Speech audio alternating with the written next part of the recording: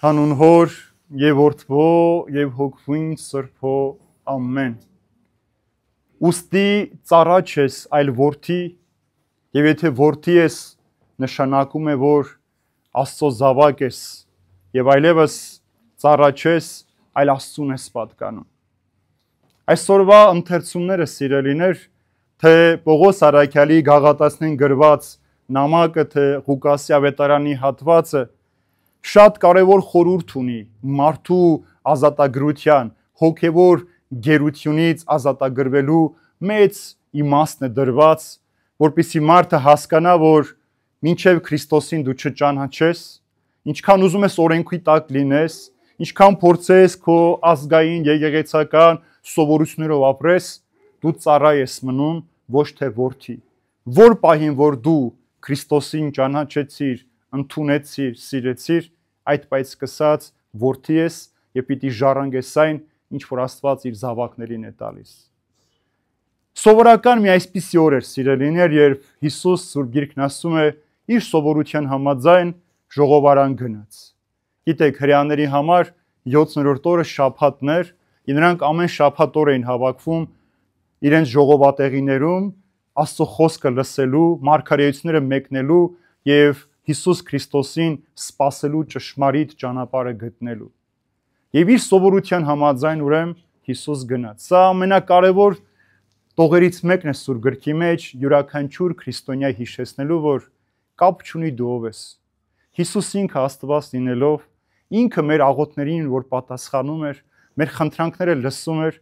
ինքը ամեն շաբաթ օր գնում էր եկեղեցի Աստծո խոսքը լսելու։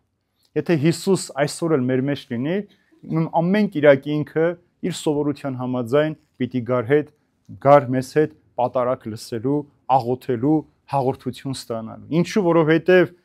կիրակին Տիրոջ օրն է, սուրբ է եւ դու այդ ամբողջ օրը Տիրոջով պիտի անցկացնես։ Եվ առաջին կարևոր քայլը Աստծո խոսքը լսելն է, եւ ինչպես Պողոս Արաքյալն ասում, հավատքը լսելուց է զորանում եւ շատանում։ Եթե դու չես լսում Աստծո խոսքը, քո հավատքը չի պիտի աճի։ Ինչպես որ փոսի մեջ հավատքած ջուրը, եթե վրան չես ավելացնում, նեխում է, այնպես էլ մարդու կյանքն է, եթե ինքը Աստծո խոսքով չի զորանում, ինքը կամաց չորանում է եւ անպետք է դառնում։ Եվ երբ որ եկավ նստեց Հիսուս ժողովատեղիում, սիրելիներ, ժողովրդապետ օրվա համաձայն վերցրեց Եսայի մարգարեությունը, տվեց, որպեսզի Հիսուս կարդա եւ բացատրի։ Եվ Հիսուս վերցրեց այն հատվածը, որտեղ գրված էր. Տիրոջ հոգին ինձ վրա է, նա ինձ օծեց, որպեսզի աղքատներին ավետարանեմ, գերիաներին ազատում տամ, կույրերին տեսողություն, կեղեքվածներին բժշկություն եւ Տիրոջ տարին հռչակեմ։ Ինչ եք մտածում, այս տողերը Հիսուս պատահական կարդաց? Ոչ, սիրելիներ։ Հիսուս դիտավորյալ գտավ այդ տողը, որովհետև շատ կարևոր էր հասկանալ, որ մարդիկ գիտակցեին, որ իրենց մեջ Հիսուս էր նստած։ Երբ որ դուրս եկավ ժողովատեղից, մարդիկ ինչ ասացին, սա Հոսեփի եւ Մարիամի տղան չէ, նրան որտեղից այս ամբողջ իմաստությունը։ Եվ մենք էլ հիշենք, որ Նազարեթ քաղաքում էր այսօր Հիսուս գտնվում, միակ քաղաքն է, որ Հիսուս որևէ հրաշք չգործեց, սիրելիներ։ Իր հայրենի քաղաքն էր, այնտեղ էր ինքը մեծացել։ Բոլորն իրեն ճանաչում են, ինքն էլ բոլորին էր ճանաչում, բայց ոչ մի հրաշք չգործեց։ Ինչու, որովհետև այդ քաղաքի մարդիկ չհավատացին Հիսուսի Աստված լինելուն, փրկիչ լինելուն։ Այնպես էլ երբ որ մեր կյանքերի մեջ հրաշքներ չկան, մենք պիտի հասկանանք, որ սա մեր թերահավատության կամ անհավատության հետևանքով է։ Եթե այսօր մեր կյանքի մեջ հրաշքները նվազել են, պատճառը մարդկանց Աստծուց հեռու լինելն է։ Եվ ինչու է այդ տողը սկսում։ Տիրոջ հոգին ինձ վրա է։ Տերը իր հոգին վերցրեց մեղքի պատճառով մարդկանցից, սիրելիներ։ Եվ 400 տարի մինչև Հիսուս Քրիստոս վերջին մարգարեն Մաղաքիա մարգարեն էր, 400 տարի Աստված չխոսեց մարդկանց հետ։ Թողեց մարդկանց տեսնի ինչպես պիտի ապրեն։ Եվ դրա համար ասում է իր ժամանակի լրումին փրկիչը երկնքից իջավ, կնոջից ծնվեց, մտավ օրենքի տակ, որպեսզի մեզ ազատագրի օրենքից եւ ծառայի փոխարեն մեզ որդիներ դարձնի։ Ուրեմն ում որ սպասում էին, նրանց հիշեցնում է, որ ես եմ, ասում այս խոսքերը վերջում Հիսուս այսօր կատարվեց։ Եվ ինչ է առաջին բառը, ասում է, եկա աղքատներին ավետարանելու։ Սուրբ գրքին անծանոթ մարդը միանգամից կհասկանա, որ Հիսուսի խոսքը սովորական հացի, ջրի, հագուստի կարիք ունեցող աղքատի մասին է։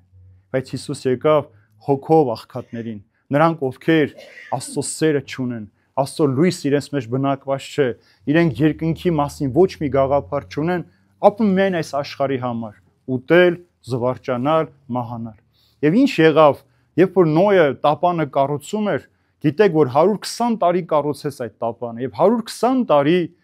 մարդը քարոզում էր, որ ժողովուրդ ջրհեղեղ պիտի լինի, աշխարհը պիտի ոչնչանա, բայց մարդիկ շարունակում են ուտել, խմել, զվարճանալ, պսակվել, ամուսին առնել, կին առնել, մինչև այն պահը, որ Տերը տապանի դուռը փակեց։ Դրա համար Հիսուս ասում է, որ աշխարհի վախճանն էլ Նոյի օրերի պես պիտի լինի։ Մարդիկ պիտի զվարճանքների մեջ, կերուխումերի մեջ ինքնամոռաց մոռանան, որ վախճան կա աշխարհի մեջ։ Եվ այս մարդիկ, ովքեր այս կյանքով են միայն ապրում,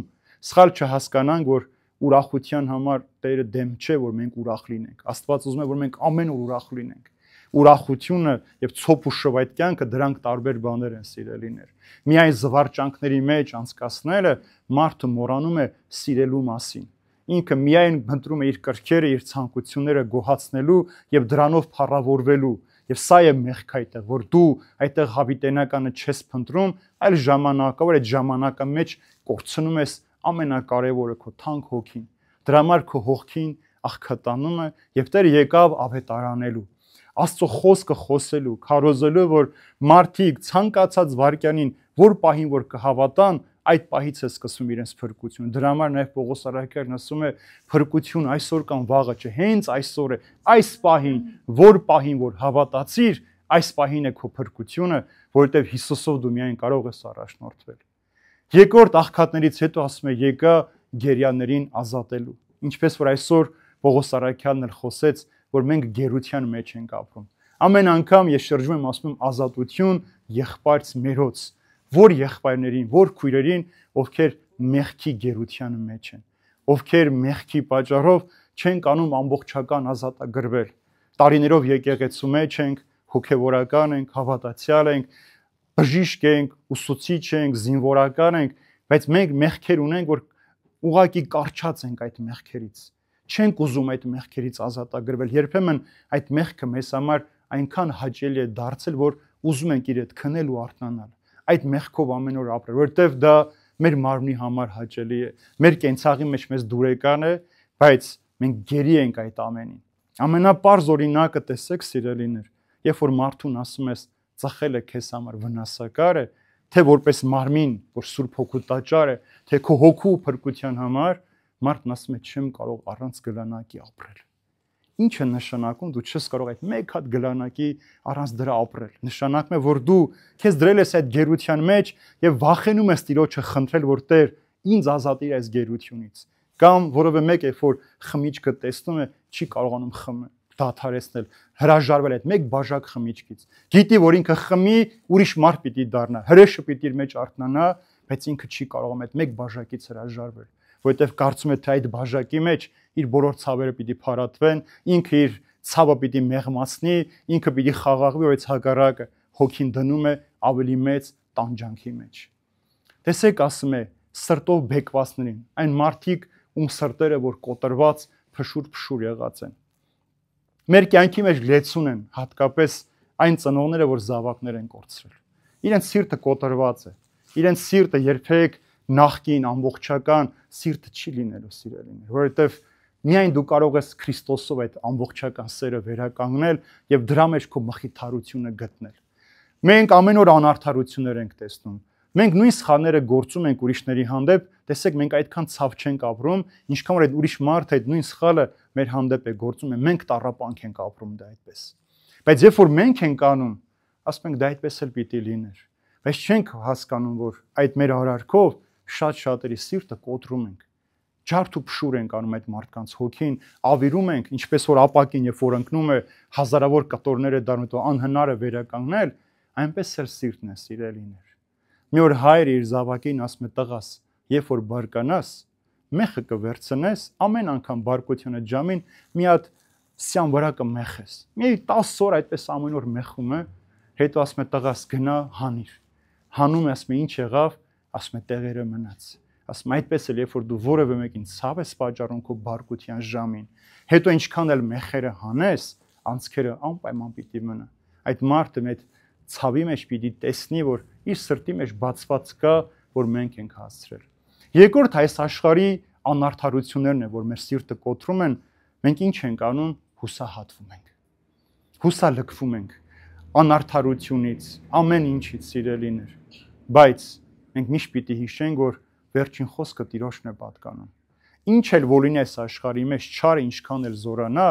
մեկ է մի օր պիտի նրա զորությունը դադարի, որովհետև բարությունը ավելի կարևոր ու ավելի ուժեղ է մեր կյանքի մեջ, քան չարությունը։ Ամենաչար մարդն էլ, ամենակոպիտ ու բիրտ մարդն էլ իր մեջ մի փոքրիկ թաքնված բարություն ունի։ Պարզապես պետք է այդ բարության տեղը գտնել, այդ մարդուն փոխել, որպեսզի նախկին չարությամբ չապրի, մեր սրտերը չկորվի։ Դրա համար Տերը Սուրբ Գրքի մեջ 365 անգամ Աստվածաշնչում ասում է՝ մի վախեցիր։ Այսինքն քո ամեն օրվա համար Տերն ասում է՝ մի վախեցիր։ Ինչ էլ որ լինի, դու հաղթանակած, դու մաքրված, սրբված դուրս պիտի գաս այնտեղից։ Չորրորդ ասում է՝ եկա կեղեքածներին, այսինքն տանջված մարդկանց, նրանց, ովքեր որ այս աշխարհի անարդարությունը թալանել է, ոչնչացրել է, ունե զրկել է, բանտեր է գցել, բանտարկել է, անազատության մեջ է պահում, այս կեղեքված մարդկանց պետք է ես կարողանամ ազատագրել։ Ինչու ենք մենք այս ամբողջը տեսնում մեր կյանքի մեջ, սիրելիներ։ Սրա ամբողջ հիմնական պատճառը նախանձն է, սիրելիներ։ Մարդը նախանձի պատճառով է իր դիմացինին սպանում, նվաստացնում, ոչնչացնում, բանտարկում, անազատության մեջ պահում, որպեսզի իր ժամանակավոր փառքը վայելի։ Եվ սա էլ գալիս է նրանից, որ մենք Տիրոջից երկյուղ չունենք, ամոթ չունենք, որ ինչ ենք մենք անում։ Նախանձով չի կարելի այս աշխարհի մեջ ապրել։ Փոքրիկ թե շատ նախանձը ավեր պիտի բերի մեր կյանքերի մեջ։ Երբ որ դու նախանձից մեկի մասին սուտ ես խոսում կամ բամբասանք ես տարածում, դու այդ ամբողջ մարդու կյանքը կործանում ես։ Հետո դու կարող ես զղջաս, դու կարող ես ցավ ապրել, թե ինչու արեցի, բայց այդ մարդու կյանքը արդեն վնասել ես դու։ Այդ մարդու կյանքը արդեն այն չէ, ինչ որ նախկինում պիտի լիներ։ Ուրեմն նախանձը պիտի մեր կյանքի մեջ դուրս գա, մենք հասկանանք, որ մեր ժամանակ այնքան կարճ է, որ իրար ատելու ժամանակ չպիտի ունենանք։ Իրարից նեղանալու, թշնամանքով, ատելությամբ չպիտի ապրենք։ Մեր ժամանակը շատ կարճ, այս գիշեր կարող է Տեր այցելության գա։ Ես ամեն անգամ, երբ որ ճանապարհ եմ դուրս գալիս, հեռու միտեղ գնալու կամ որևէ տեղ գնալու, միշտ մտածում եմ, եթե չհասնեմ այսօր այդ տեղը, ու այս հանկարծ ճանապարհից մի բան պատահի, ես ինչ պիտի ասեմ Տիրոջը, կամ երբ որ մեկին նեղացրեցի ու տանից դուրս եկա, ինչ պիտի լինի ինձ հետ, եթե հենց այդ պահին ես մահանամ։ Ոնց պիտի ասեմ, Տեր, կներես, բարկացած էի դրա համար ասեցի, կամ լավ արեցի, որ ասեցի, կամ այդպես էր պետք այդ մարդուն, որ ասեցի։ Մեր ամեն բառից կախված է, թե այդ նախանձի զորությունը ինչպես կբերի եւ մենք շատ-շատերին ինչպես կցավեցնենք։ Եվ վերջապես ասում է՝ եկա կույրերին տեսողություն տալու։ Ցավոք սրտի մեր կյանքի մեջ կույրերը շատ են, հատկապես մտքով եւ հոգով կույրերը, սիրելիներ։ Տիրոջ խոսքը մեր տեսանելի աչքերի մասին չի։ Մարդիկ, ովքեր որ չարը չեն տեսել, կույր ծնվել են կամ կուրացել են, չեն տեսել չարություն, իրենք հաղորդակից չեն, բայց մենք տեսնելով բարությունը չարության մեջ ենք հաղորդակից։ Բարությունը, մաքրությունը, լույսը տեսնելով մենք խավարն ավելի ենք սիրում։ Դրա համար երբ որ Տերը եկավ, մարդիկ խավարն ավելի սիրեցին, որովհետև Տիրոջ լույսը խանգարեց իրենց մութ եւ անամոթ գործերը պիտի երևար, մարդիկ լույսը ատեցին։ Եվ այս կուրության մասին է Տերը խոսում, որ պիտի լուսավորեմ կույրերին, տեսողություն տան։ Մենք տեսնելով շատ հաճախ տեսնում ենք, բայց ոչինչ չենք նկատում։ Մենք մեր ականջներով լսում ենք, բայց ոչինչ չենք հասկանում։ Ինչու՞ որովհետև մեղքը այնպես շղարշ է բերել, այնպեսի վարակույր է բերել մեր աչքերի առջև փակել, որ մենք չենք կարողանում լույսը տեսնել, գեղեցիկը տեսնել այս կյանքի մեջ։ Եվ ամեն առավոտ, երբ որ արթնանում ենք, այդ լույսը մեր վրա ծագում է, մենք արդեն տխուր ենք, հոգնած, նեղված, ինչ պիտի անենք, ոնց պիտի անենք, այնքան հոգսեր ենք վերցնում դեր լույսը չբացված, որ մոռանում ենք ասենք՝ Տեր, բարի լույս, Ուրախ ենք, որ այսօր նորից հանդիպեցինք, քո լույսը ծագեցրեցիր մեր վրա։ Տեր, շնորհակալ ենք, որ այս գիշերն էլ անցկացրեցինք, որ արթնացանք, ոտք ունենք, ձեռք ունենք, կանգ ունենք, քայլում ենք, կարող ենք նորից փորձել վերականգնել այն, ինչը որ կորցրել ենք։ Մեր ամբողջ կյանքը նորոգության համար է, սիրելիներ։ Մեր ամբողջ կյանքի կառուցածը մեկ վայրկյանում կարող ենք կորցնել, բայց չպիտի դադարես նորից կառուցելու։ Այնինչ որ դու տվել ես մարդկանց, կարող են քեզ մերժել, արհամարել, բայց դու պիտի նորից տաս, որովհետև դու չես տալիս մարդկանց սերը շահելու, տալիս ես, որովհետև դա մեր կոչումն է։ Դու պիտի, եթե սիրում ես, պիտի անպայման տաս, բաժանես։ Քո մաքրությունը, քո ազնվությունը քեզ միշտ խոցելի կարող են դարձնել, բայց չի նշանակում, որ դու պիտի դադարես ազնիվ ու մաքուր լինել։ Այն բարիք, որ դու այսօր անում ես, ում համար որ արել ես, վաղը կմոռանա, նույնիսկ քո թիկունքից կարող է քեզ հարվածել, բայց դու չպիտի դադարես այդ բարիքը նորից գործել, որովհետև մենք տեսնում ենք Տիրոջ լույսի մեջ, մենք ավետարանի ճանապարհով ենք քայլում եւ ասում է պիտի հռչակեն վերջում Տիրոջ տարին, այսինքն մեզ փրկություն բերեց Հիսուս Քրիստոս։ Եվ հիմա Պողոս առաքյալն ասում է մենք ծառայ էինք մինչև այս պահը,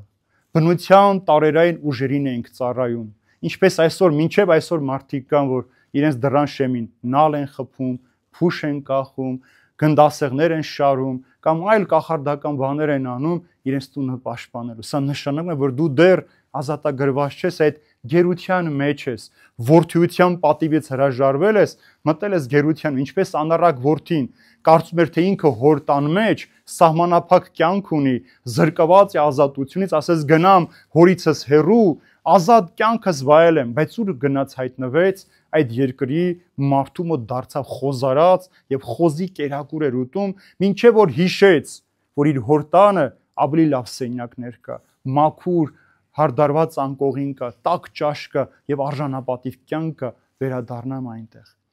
Ուրեմն երբ որ դու ստրուկի հոգեբանությամբ ես ապրում, դու չես կարող Աստծո տված շնորհը տեսնել, ինչպես որ հрьяաներին երբևէ մտածել եք ինչու Աստված 40 տարի նրանց անապատում պտտեցրեց։ Եգիպտոսից մինչև Ավետաց երկիր ոտքով 40 օր պիտի անցնես, բայց Աստված 40 տարի պտտեց։ Ինչու, որովհետև ստրկության մեջ էին։ Եգիպտացիների ամենածանր տաժանակիր աշխատանքներն էին կատարում ու օրահացով հազիվ գոյատևում էին։ Երբ որ Տերը հանեց, ազատություն տվեց, բերեց անապատ, որ տանի Ավետաց երկիր, հենց մի փոքր ուտելիքը պակասեց, ասացին, այս ինչ արեցիր, մեզ բերեցիր այստեղ սպանելու, ոչնչացնելու։ Այսինքն տված շնորհը, որ դու այլևս ազատ ես, ուրիշի ձեռքի տակ ստրուկ չես, նրա համար չես աշխատում, դու ազատ մարդ ես, իրենք մեղադրեցին Աստծուն։ Ամեն օր երկնքից թռչունները գալիս են միս ունեին, մանանան երկնքից թափվում էր, ասում էր հանկարծ ավել չվերցնեք վաղվա համար, բայց մարդիկ շարունակում են նորից ավել վերցնել։ Այ երեք տեսակ Երևանում ինչ եղավ։ Մեկը հայտարարել, որ բոլորի 10 լիտր բենզին պիտի տամ անվճար։ Եվ երեք ամբողջ Երևանը կաթվածահար էր, հազարավոր մարդիկ, որ ընդամենը 5000 դրամ է։ Գնացել կիլոմետրով հերթ էին կանգնել, այդ 5000 դրամի բենզինը վերցնելու։ Եվ ամբողջ քաղաքը խցանումների մեջ էր։ Այսինքն դուք այդ 10 լիտր բենզինի ողորմության հաշվին եք մնացել ապրելու։ Հիմա էլ այս պայն եթե մենք էլ հայտարարենք, որ այսօր եկեք եկեղեցի անվճար շաքարավազ պիտի բաժանենք, նորից ժամերով հեր պիտի կանգնենք։ Բայց երբ որ գալիս ես սիրո խոսքը տալու, Աստծո սերը փոխանցելու, մարդիկ դրա ժամանակը չունեն։ Սա մեր պատկերն է, սիրելիներ, ձրի լինի, կարևոր չի ինչը, միայն թե լինի։ Եվ քո արժանապատվությունը, այդ ստրկություն, այսինքն մարդու մտքի մեջ ինչ էլ ունի, ասում է չի խանգարի ձրին վերցնեմ։ Ու վազում այնտեղ իր պատիվն է դնում այնտեղ։ Այսինքն եթե վաղը մեկն էլ գասի կուզես քեզ միլիոնատեր դարձնեմ, հոգիդ ծախի կամ ընկերոջը տուրացիր, կնոջը դավաճանիր, զավակիդ մոռացիր, պիտի անես։ Սատանան հոպոզով փոչով չի գալիս կանգնում էր արջև ասում, պիտի ինձ հավատաս, Քրիստոսին հրաժարվես։ Այսպիսի փոքրիկ բաներ է ցանում մեր կյանքի մեջ եւ մենք միանգամից մոռանում ենք, սիրելիներ։ Մի օր երկու մարդ քայլում են իրար հետ։ Ընկերոջը հարցնում է, ասում է, ինչու են աշխարհում մարդիկ այսքան չար։ Ասում է, ուզում ես օրինակով քեզ ցույց տամ։ Մի խումբ երեխաներ էին խաղում, ուրախ զվարթ, այս մարդը գրպանից հանում է, մի բուր մանրադրամներ եւ շաղ տալիս երեխաների մեջ։ Եվ կես վայրկյան հետո երեխաներն իրենց ծեծում են, թե ով քանի հատ մանրադրամ պիտի տանի։ Ասում է, տեսար, սերը մի անգամից մոռացվեց եւ վեճը սկսվեց։ Եվ սա է մեր ամբողջ ողբերգությունը, որ մենք այս հոգով աղքատ ենք, կեղեքված ենք, սրտով բեկված ենք, կույր ենք եւ գերի ենք այս նյութական պարգևների համար, որպեսզի ուրանանք, այդ պահի մեզ համար լավ լինի, թե մեզանից հետո այդ մարդը ինչ տառապանք պիտի քաշի, մեզ չի հետարքրում։ Եվ նույնն էլ ինչ արեցին այս մարդիկ։ Քրիստոս դուրս եկավ, զարմացան, որտեղից այս մարդուն այսքան իմաստություն, բայց ասացին, սա Հոսեփի տղան է, սա մեզ ինչ պիտի սովորեցնի։ Այս նույն խնդիրը մենք ունենք, սիրելին, երբ որ մեկին ասում ես եղբայրս, քույրս, քո սուտը լավ բան չի բերելու, կործանում, ասում են դու շատ բան չես հասկանում, հեռու մնա մեզանից։ Երբ որ մեկին ասում ես մի խափիր, կնոջդ մի դավաճանիր, երեխաներիդ հացը մի կտրիր խաղատանը, այդ ամենը մասխի, ասում է դու չգիտես մենք ինչ ենք անում, մենք մեծ շահում պիտի ունենք, այո, մեծ շահում պիտի ունենաս դժոխքը։ Մեծ շահումը դա պիտի լինի մեղավոր մարդու դժոխքը։ Եվ Հիսուս եկավ այդ դժոխքից մեզ ազատագրելու եւ նորից ասելու, որ մենք որդիներ ենք, սիրելիներ, ոչ թե ծառաներ։ Ծառան է, որ երբեք իր տիրոջ բարությունը չի հասկանում։ Ստրուկն է, որ այն պարգևը, որ ունի ինքը չի գնահատում, իսկ որդին միշտ պարտավոր է գնահատել։ Եվ քանի մենք որդի ենք, նշանակում է նաև ժառանգենք եւ ազատագրված ենք։ Եվ այդ ազատությունը ոչ մեկին մի վաճառեք, սիրելիներ։ Որևէ մեկին մի զիջեք այդ ազատությունը։ Որ պահին զիջեցիր, այդ պահից սկսած դու գերի ես եւ դժոխքի ճանապարհի ճամփորդն ես։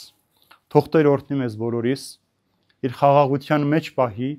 որpիսի մենք երբեմն մեր որդիության պատիվը չկորցնենք, ինչպես Եսավը կորցրեց մի աման տաք ճաշի համար, ինչպես շատերը կորցրեցին որոշակի կարողության կամ պաշտոնի համար, որ իրենց վախճանը դժոխք եղավ, այլ հակառակը, այդ ամենը, ինչպես Տերն է ասում, մամոնան նյութ օգտագործենք երկնքում մեզ համար տեղ պատրաստելու համար, որտեղ Տերը պիտի ասի. եկեք իմ հոր օրհնվածներ, մտեք իմ ուրախության մեջ, այժմ եւ հավիտյանս հավիտենից ամեն։